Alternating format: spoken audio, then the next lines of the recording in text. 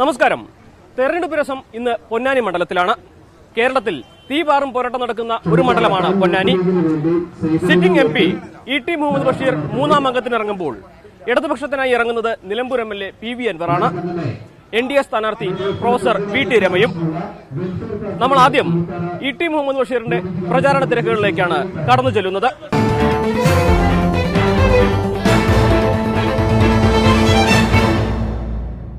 പൊന്നാനി മണ്ഡലത്തിൽ യു.ഡി.എഫിന്റെ പ്രചാരണം പൊടിപൊടിക്കുകയാണ്. ഇതുപോലെ ഓട്ടംതുള്ളലടക്കമുള്ള കലാരൂപങ്ങൾ അവതരിപ്പിച്ചുകൊണ്ടാണ് ഇ.ടി. മുഹമ്മദ് ബഷീറിന്റെ പ്രചാരണം കൊടുക്കുന്നത്.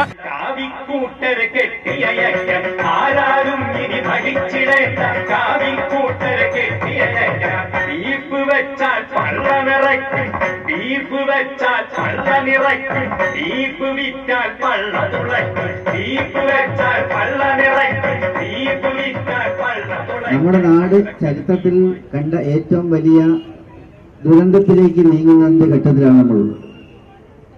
ഇന്ത്യ എന്ന് പറയുന്നത് ലോകത്ത് വേറിട്ടൊരു രാജ്യമാണ്.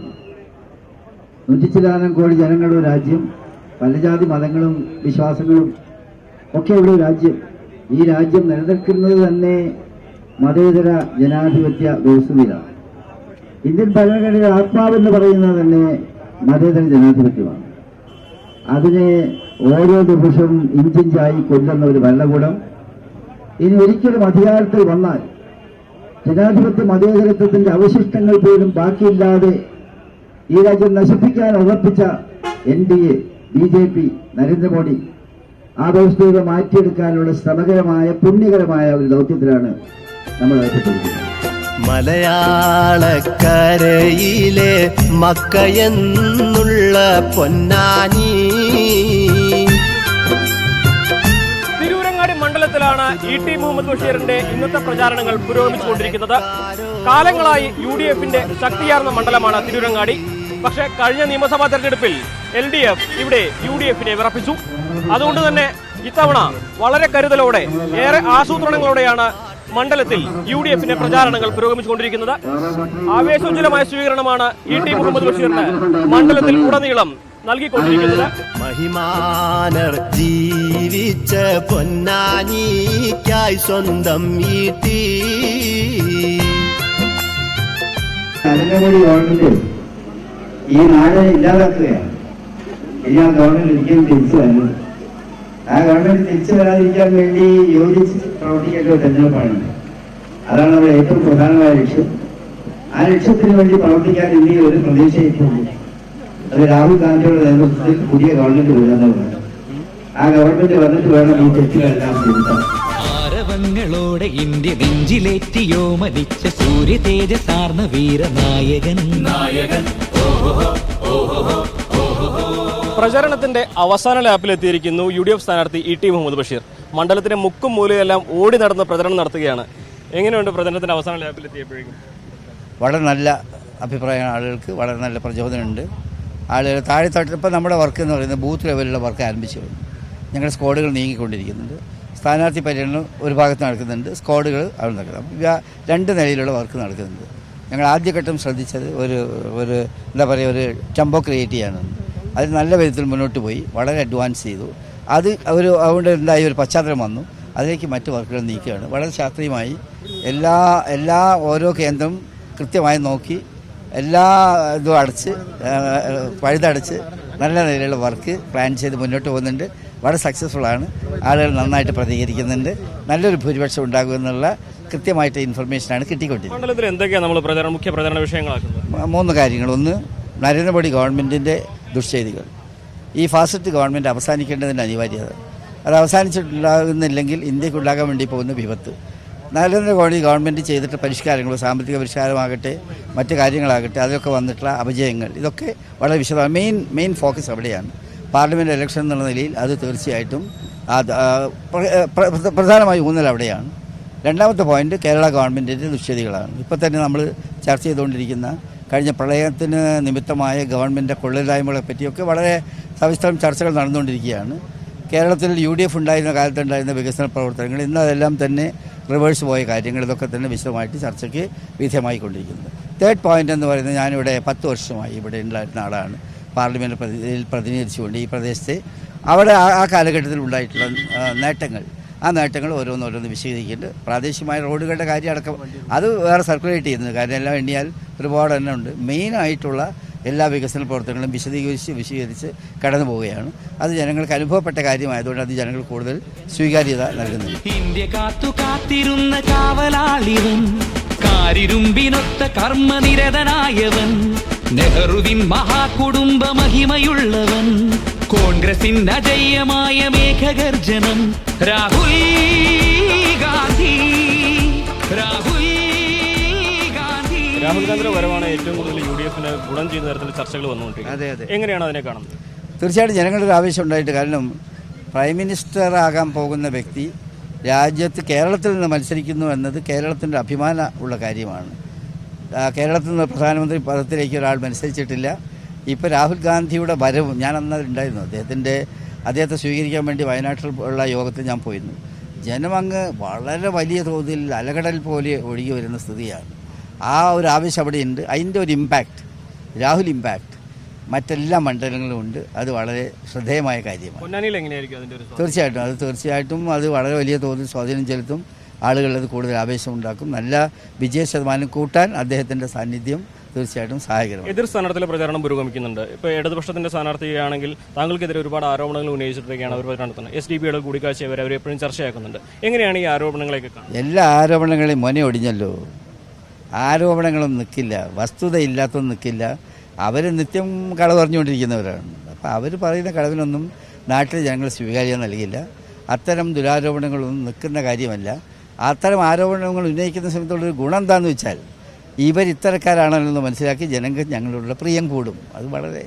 അതാണ് ഇവിടെ അനുഭവിച്ചുകൊണ്ടിരിക്കുന്നത്. ഈ ഒരു ഘട്ടത്തിൽ എത്രമാത്രം ഭൂരിപക്ഷമാണ് ഇപ്പോൾ സ്വപ്നം കാണുന്നത്? എൻ്റെ ഒരു ടാർഗറ്റ്, കഴിഞ്ഞ പ്രാവശ്യം നമ്മൾ 82 ഫസ്റ്റ് ഇലക്ഷൻ 82,000 വോട്ടിലാണ്. ആ റെക്കോർഡ് കൂടി ഭേദിക്കുന്ന വിധത്തിലാണ് കാര്യങ്ങൾ പുരോഗമിച്ചുകൊണ്ടിരിക്കുന്നത്. എങ്ങനെയുണ്ട് ഇപ്പോൾ മണ്ഡലത്തിലെ മുക്കുമൂലി ഓടി നടക്കുകയാണല്ലോ, അനത്ത ചൂടും? എങ്ങനെയാണ് ഈ ഒരു? ഇത് ഒന്നാമത് വെച്ചാൽ അങ്ങനെയൊക്കെ നടത്തി ശീലമുള്ള പ്രശ്നമില്ല, നന്നായിട്ട് പോകുന്നുണ്ട്. ഇതൊന്നും അങ്ങനെ ബാധിക്കുന്നില്ല. ബുദ്ധിമുട്ടില്ലാതെ എല്ലാ കാര്യങ്ങളും നന്നായിട്ട് നടക്കുന്നുണ്ട്. പിന്നെ കുട്ടികളുടെ ആവേശത്തിൻ്റെ കൂടെ നമ്മൾ അങ്ങ് ആവേശത്തിൻ്റെ കൂടെ നടക്കുകയാണ്. പ്രശ്നങ്ങളൊന്നുമില്ല.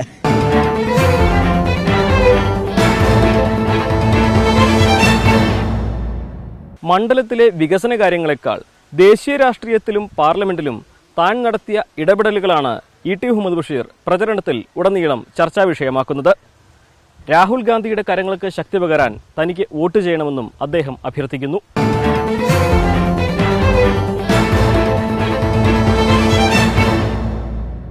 പൊന്നാനി മണ്ഡലത്തിലെ LDF സ്ഥാനാർത്ഥി PB അൻവറിന്റെ പ്രചാരണ വിശേഷങ്ങളാണ് തെരഞ്ഞെടുപ്പ് രസത്തിലിനി. എന്റെ വോട്ടർമാരെ വോട്ട് PB അൻവറിനെ ചെയ്തിടണേ. ചേലൊത്ത സ്ഥാനാർത്ഥി അൻവറിനെ നിങ്ങളെ കരളിന്റെ കയ്യൊപ്പ് ചാർത്തിയിടണേ. കഴിഞ്ഞ 42 വർഷം ഈ പൊന്നാനിയുടെ നഷ്ടമായിരുന്നു. ആ നഷ്ടം നികത്തുന്നതിന് വേണ്ടി നമ്മുടെ പ്രിയങ്കരനായ ജനനായകൻ ഏറനാടിന്റെ പുലിക്കുട്ടി PB അൻവറിനെ ബഹുഭൂരിപക്ഷത്തോടുകൂടി വിജയത്തിന്റെ ശോഭാനത്തിലേക്ക് കൈപ്പിടിച്ച് ഉയർത്തണമേ എന്ന് അഭ്യർത്ഥിച്ചുകൊണ്ട് നമ്മുടെ പ്രിയങ്കരനായ ജനനായകനത നാടും നഗരവും ഇളക്കി മറിച്ചുകൊണ്ട് ഈ വാഹനത്തിന്റെ തൊട്ടുപിറകെ കടന്നു വരികയാണ്. അനുഗ്രഹിക്കുക. പ്രിയ സോദരറിഞ്ഞിടണേ, മാറ്റത്തിനായ തിരഞ്ഞെടുപ്പിന് ചുവപ്പിൻ കുതിപ്പു തന്നെ. വിപ്ലവ വീതികളിൽ പുതുവിസ്മയ മാറുന്ന പൊന്നാനി, മാറ്റത്തിനായി PB അൻവർ, വരണം അൻവർ, വളരണം പൊന്നാനി തുടങ്ങിയ മുദ്രാവാക്യങ്ങളാണ് LDF പ്രചാരണത്തിന് വ്യാപകമായി ഉപയോഗിക്കുന്നത്. മുഖ്യ പ്രചരണ വിഷയം മണ്ഡലത്തിലെ വികസന മുരടിപ്പും. സ്വപ്നങ്ങൾ സഫലമാക്കാൻ നിങ്ങൾ ഒരു വോട്ട് അൻവറിന്.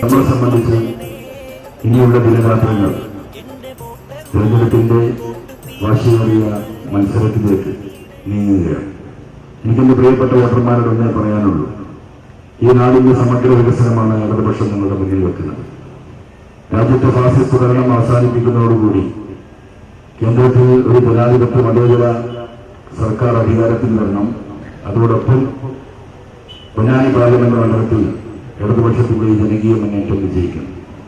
അതിനുവേണ്ടി ഇനിയുള്ള ദിവസങ്ങളും സമയങ്ങളും പ്രിയപ്പെട്ട വോട്ടർമാർ തെരഞ്ഞെടുപ്പിലേക്ക് നിങ്ങൾ ഇറങ്ങി വരണം എന്നാണ് എനിക്ക് പറയാനുള്ളത്.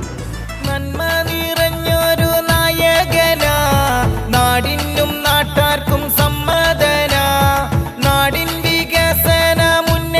പ്രചരണ തിരക്കിനിടെ വീണ് കിട്ടിയ ഒരല്പം സമയം. ആ ഇടവേളയിലാണ് ഇടതു സ്ഥാനാർത്ഥി PV അൻവർ. നമുക്ക് അദ്ദേഹത്തോട് ചോദിക്കാം. ഇപ്പോൾ പ്രചരണം അതിൻ്റെ അവസാന ലാപ്പിലേക്ക് എത്തിക്കൊണ്ടിരിക്കുകയാണല്ലോ, എങ്ങനെയാണ് മുന്നേറ്റം? വളരെ നല്ല മുന്നേറ്റമാണ്. ജനങ്ങൾ ഓരോ ഘട്ടം കഴിയുമ്പോഴും കൂടുതൽ ആളുകൾ സ്വീകരണ സ്ഥലങ്ങളിൽ എത്തുന്നുണ്ട്, പിന്നെ പിന്തുണ അർപ്പിക്കുന്നുണ്ട്, സ്വകാര്യമായിട്ട് വോട്ട് ചെയ്യുമെന്ന് പറയുന്നുണ്ട്. അങ്ങനെ പല സംഭവങ്ങളും ഒരു തെരഞ്ഞെടുപ്പിനൊരു സ്ഥാനാർത്ഥിക്ക് വിജയിക്കാനുണ്ടാകുന്ന കുറേ കാരണങ്ങളുണ്ട്. അതെല്ലാം പോസിറ്റീവായിട്ടാണ് നിൽക്കുന്നത്. സ്ഥാനാർത്ഥി പ്രഖ്യാപനം നടന്ന ദിവസം ഒരു വലിയ റോഡ് ഷോ ജനങ്ങളെ എല്ലാം അറിയിക്കുന്നു. അതിനുശേഷം ഓരോരുത്തരെയും നേരിട്ട് കണ്ട് വ്യക്തിപരമായിട്ടുള്ള വോട്ട് അഭ്യർത്ഥന. അപ്പോൾ അതിന് മൂന്നാം ഘട്ടത്തിലേക്ക് എത്തിയപ്പോൾ വാഹന പ്രചാരണത്തിൽ വളരെ ചിട്ടയാർന്ന രീതിയിലാണല്ലോ പ്രചരണത്തിന്റെ മുന്നേറ്റം.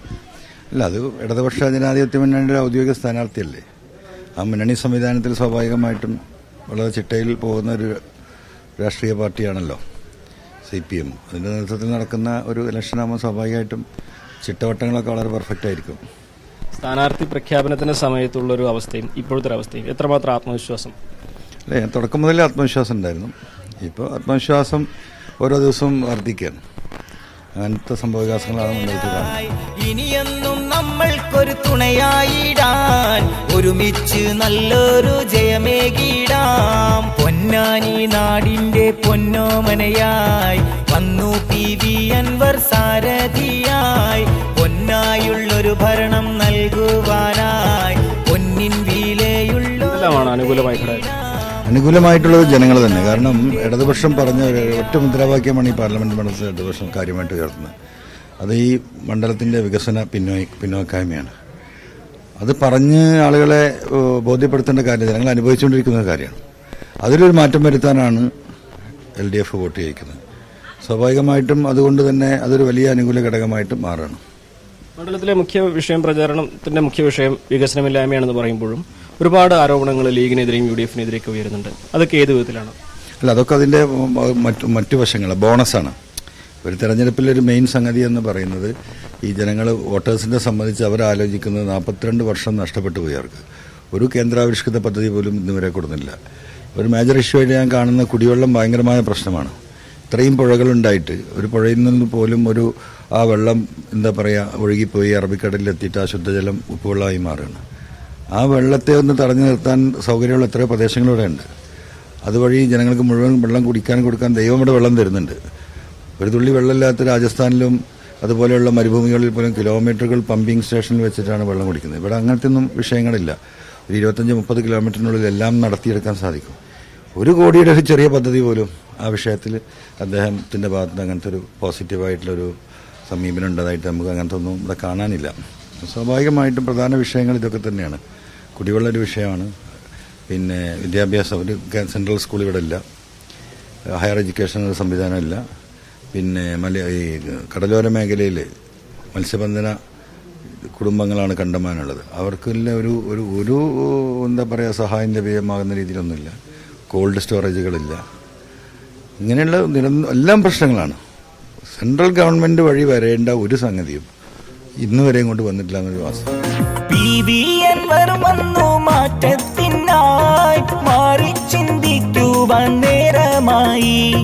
PV അൻവർ വന്നു. താഴെത്തട്ടിലെ പ്രധാനമായിട്ടുള്ള വിഷയം SDP-യുടെ കൂടിക്കാഴ്ച വലിയ തോതിൽ മണ്ഡലത്തിൽ വിഷയമായി ചർച്ച ചെയ്യുന്നുണ്ട്. അത് എല്ലാ യോഗങ്ങളിലും CPM-ന്റെയും LDF നേതാക്കൾ ഉന്നയിക്കുകയും ചെയ്യുന്നുണ്ട്. അത് എത്രമാത്രം ഈ ഒരു തെരഞ്ഞെടുപ്പിനെ സ്വാധീനിക്കും? അല്ല, അത് വളരെ ഫലപ്രദമായിട്ട് സ്വാഭാവികമായിട്ടും ജനങ്ങൾ ആലോചിക്കല്ലോ. കാരണം ഒരു സെക്യുലർ പാർട്ടി എന്ന് പകലിൽ പ്രസംഗിക്കുകയും രാത്രിയിൽ പോയിട്ട് ഈ ഫാസിസ്റ്റുകളുമായി ചർച്ച നടത്തുകയും അവരുമായി കോർഡിനേഷൻ ഉണ്ടാകുകയും അവരുടെ വോട്ട് മറിക്കുകയൊക്കെ ചെയ്യുന്ന വളരെ സ്വകാര്യമായിട്ട് മുമ്പ് നടന്നിട്ടുണ്ട്. ഇപ്പോൾ ഈ പ്രദേശത്ത് എല്ലാ ഫാസിസ്റ്റുകളുമായിട്ടുള്ള കൂട്ടുകെട്ടുണ്ട് ഇപ്പോഴും ലീഗിനെ സംബന്ധിച്ച്. അപ്പോൾ അത് സ്വാഭാവികമായിട്ട് ഒരു മതേതര ചിന്തയിലെ ഒട്ടനവധി ആളുകൾ ഈ മണ്ഡലത്തിലുണ്ട്. അവരൊക്കെ ആ ഒരു സെക്യുലറിസം ഇവിടെ നിലനിൽക്കണമെന്ന നിലക്ക് LDF-ന് അവരും നമുക്ക് അനുകൂലമാണ്. താങ്കൾ ഈ സ്ഥാനാർത്ഥിത്വം വരുന്നത് തന്നെ ഒരു സർവ്വസമ്മതനായ ഒരു പൊതു സ്വതന്ത്രൻ എന്ന നിലയിലേക്കാണ്. സ്വാഭാവികമായിട്ടും LDF-ന്റെ ഉറച്ച വോട്ടുകൾക്ക് പുറമെ എല്ലാ വിഭാഗങ്ങളുടെ വോട്ടും പ്രതീക്ഷിക്കുന്നുണ്ടാവും. പ്രത്യേകിച്ച് താങ്കളുടെ കോൺഗ്രസ് പാരമ്പര്യം ഇതിൽ വലിയ തോതിൽ ചർച്ചയാവുന്നുണ്ട്, പലരും അത് ഉപയോഗിക്കുന്നുമുണ്ട്. എന്താണ് പ്രതീക്ഷ? അല്ല, അത് കോൺഗ്രസ് മാത്രമല്ല, ഇവിടെ മുസ്ലിം ലീഗിന്റെയും എല്ലാ വിഭാഗത്തിലും നല്ല ആളുകളുണ്ടല്ലോ. നല്ല രീതിയിൽ ചിന്തിക്കുന്ന ഒട്ടനവധി മുസ്ലിം ലീഗിന്റെ പ്രവർത്തകന്മാർ നമ്മളെ ബന്ധപ്പെടുന്നുണ്ട്. അവർ പറയുന്നുണ്ട് ഇനി ഞങ്ങളെ സംബന്ധിച്ചൊരു മാറ്റം ആഗ്രഹിക്കുകയാണ്. ഈ നേതൃത്വത്തിന്റെ ഈ അഹങ്കാരം ഞങ്ങൾ അംഗീകരിച്ചു കൊടുക്കാൻ പോകുന്നില്ല. അതുകൊണ്ടൊരു മാറ്റം അനിവാര്യമാണ്. നിങ്ങളെ ഞങ്ങൾ സഹായിക്കുമെന്ന് ലീഗുകാരും പറയുന്നുണ്ട്. UDF പറയുന്നത് മലബാറിൽ മുഴുവൻ രാഹുൽ ഗാന്ധിയുടെ വരവുകൊണ്ട് ഗുണം ചെയ്യും എന്നൊക്കെയാണ്. എങ്ങനെയായിരിക്കും പൊന്നാനിയുടെ പ്രതിഫലനം? സ്വാഭാവികമായിട്ടും നമ്മൾ ഉയർത്തുന്ന ഈ വികസന മുദ്രാവാക്യത്തോടൊപ്പം തന്നെയാണ് ജനം. അതുകൊണ്ട് ഇന്ത്യ രാജ്യത്ത് എന്ത് സംഭവിച്ചാലും അത് പൊന്നാനിയെ ബാധിക്കുമെന്ന് എനിക്ക് തോന്നുന്നില്ല. ഒരു അട്ടിമറി, അതായത് ഇടതുപക്ഷം കാലങ്ങളായി കാത്തിരിക്കുന്ന അട്ടിമറി, അത് ഇത്തവണ ഉണ്ടാകുമോ? തീർച്ചയായിട്ടും 100%. If God blesses.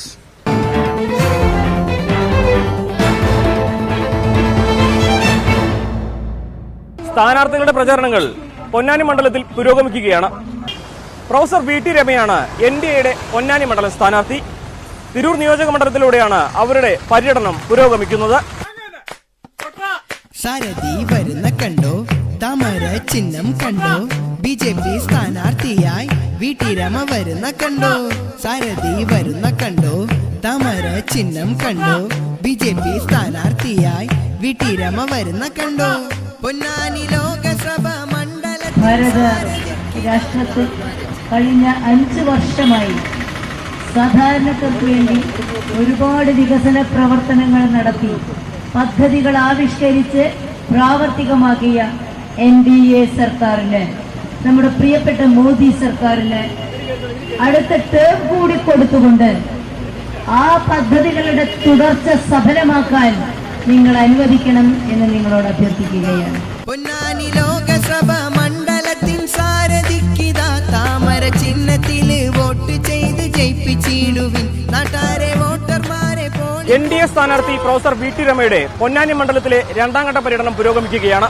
കേന്ദ്ര സർക്കാരിന്റെ വികസന നേട്ടങ്ങളും പൊന്നാനി മണ്ഡലത്തിലെ വികസന മുരടിപ്പുമാണ് മുഖ്യ പ്രചാരണ വിഷയം. താമര ചിഹ്നത്തിൽ വോട്ടുകൾ ഓരോന്നും ചെയ്യണേ നാട്ടുകാരെ, സാരഥിയായി മുന്നിൽ നമ്മുടെ VT രമയാണേ. ഒരു രാഷ്ട്രത്തിന്റെ സ്വാഭിമാനം ഉയർത്തിപ്പിടിച്ചുകൊണ്ട്, ഒരു രാഷ്ട്രത്തിന്റെ മേൽവിലാസം ഉയർത്തിപ്പിടിച്ചുകൊണ്ട് ലോകത്തിന്റെ മുന്നിൽ ഭാരതത്തിന് അഭിമാനകരമായ ഒരു 5 വർഷക്കാലം കാഴ്ചവെച്ചത് നരേന്ദ്രമോദി സർക്കാരാണ്.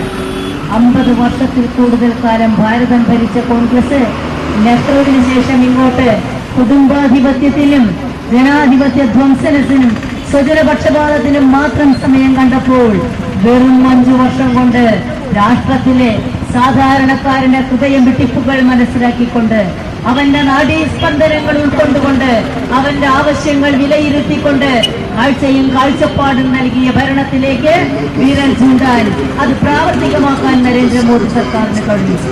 സാധു സംരക്ഷണവും നാടിൻ നന്മയും കാത്തിടുവാൻ ചങ്കുറപ്പുള്ളൊരു പോരാട്ട നായികയാണെന്നറിഞ്ഞിടുക. തിരൂരുകാരോടുള്ള സഹതാപത്തോടു കൂടി ഞാൻ പറയട്ടെ, NDA സർക്കാർ അധികാരത്തിൽ വന്നാൽ ഇവിടുത്തെ കുടിവെള്ള പ്രശ്നത്തിൽ ഉപ്പ് കലർന്ന വെള്ളത്തിന് പകരം ശുദ്ധജലം ലഭ്യമാണ്. നമ്മുടെ മോദി സർക്കാർ പൊന്നാനിക്ക് നൽകിയ ദാനം എന്തെല്ലാം നേട്ടങ്ങളാണ്, ഒത്തിരിയേറെ വികസനമാണ്. ഗ്രാമീൺ സടക്ക് യോജന, റോഡുകൾ CRF ഉപയോഗം, ഇതിനായി കോടികളുടെ വികസനം ഇവിടെ നൽകിയതല്ലേ. വന്നല്ലോ സാരഥി വന്നല്ലോ. എങ്ങനെയാണ് പ്രചാരണത്തിന്? പ്രചരണം നല്ല രീതിയിൽ നടക്കുന്നുണ്ടെന്ന് നിങ്ങൾ തന്നെ കാണുന്നുണ്ടല്ലോ. ജനങ്ങളുടെ ഭാഗത്തു നിന്ന് വമ്പിച്ച പ്രതികരണമാണ് ഞങ്ങൾക്ക് ലഭിച്ചുകൊണ്ടിരിക്കുന്നത്. വിജയം സുസാധ്യമാണ് എന്ന ഒരു ഉറപ്പിലേക്ക് പൊതുജനങ്ങളുടെ പ്രതികരണം ഞങ്ങളെ എത്തിച്ചിരിക്കുകയാണ്. 3ാം ഘട്ട പ്രചരണത്തിന്റെ ഈ വാഹന പ്രചരണ യോഗത്തിൽ ഈ 4 പാടുമുള്ള ജനങ്ങൾ, റോഡിന്റെ ഇരുവശങ്ങളിലുമുള്ള ജനങ്ങൾ, അവർ കൈയുയർത്തി ഞങ്ങളോട് ഐക്യദാർഢ്യം പ്രഖ്യാപിക്കുന്നത്, അതിന്റെ ഹൃദയത്തിന്റെ ഭാഷ അവരുടെ മുഖത്ത് നിന്ന് വായിച്ചെടുക്കാൻ ഞങ്ങൾക്ക് കഴിയുന്നുണ്ട്. മണ്ഡലത്തിൽ പ്രധാനമായുള്ള പ്രചരണ വിഷയങ്ങൾ എന്തൊക്കെയാണ്? സ്വാഭാവികമായും മണ്ഡലത്തിലെ പ്രധാന പ്രചരണ വിഷയം ഇവിടുത്തെ വികസന രാഹിത്യം തന്നെയായിരിക്കും.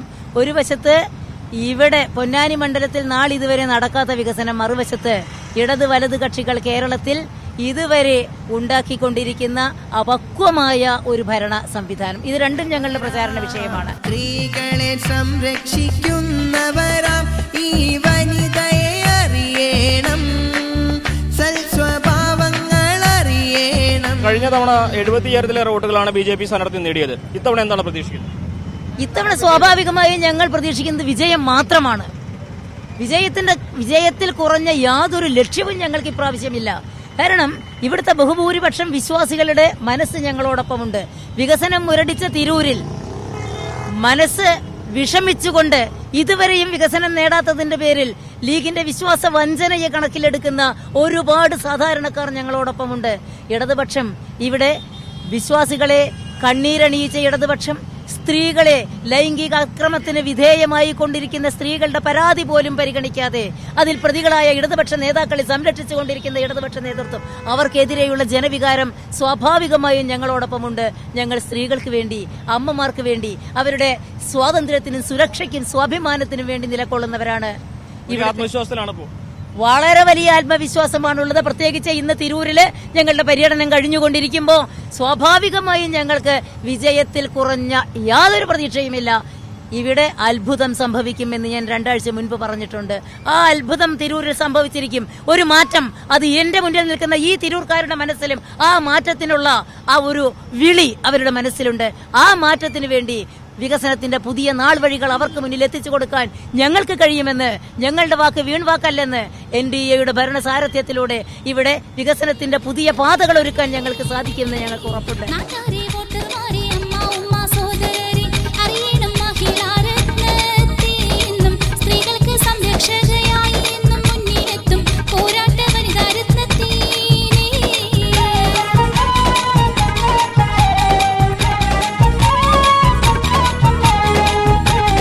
ആത്മവിശ്വാസത്തോടെ NDA സ്ഥാനാർത്ഥിയുടെ പ്രചരണം പൊന്നാനി മണ്ഡലത്തിൽ പുരോഗമിച്ചുകൊണ്ടിരിക്കുകയാണ്.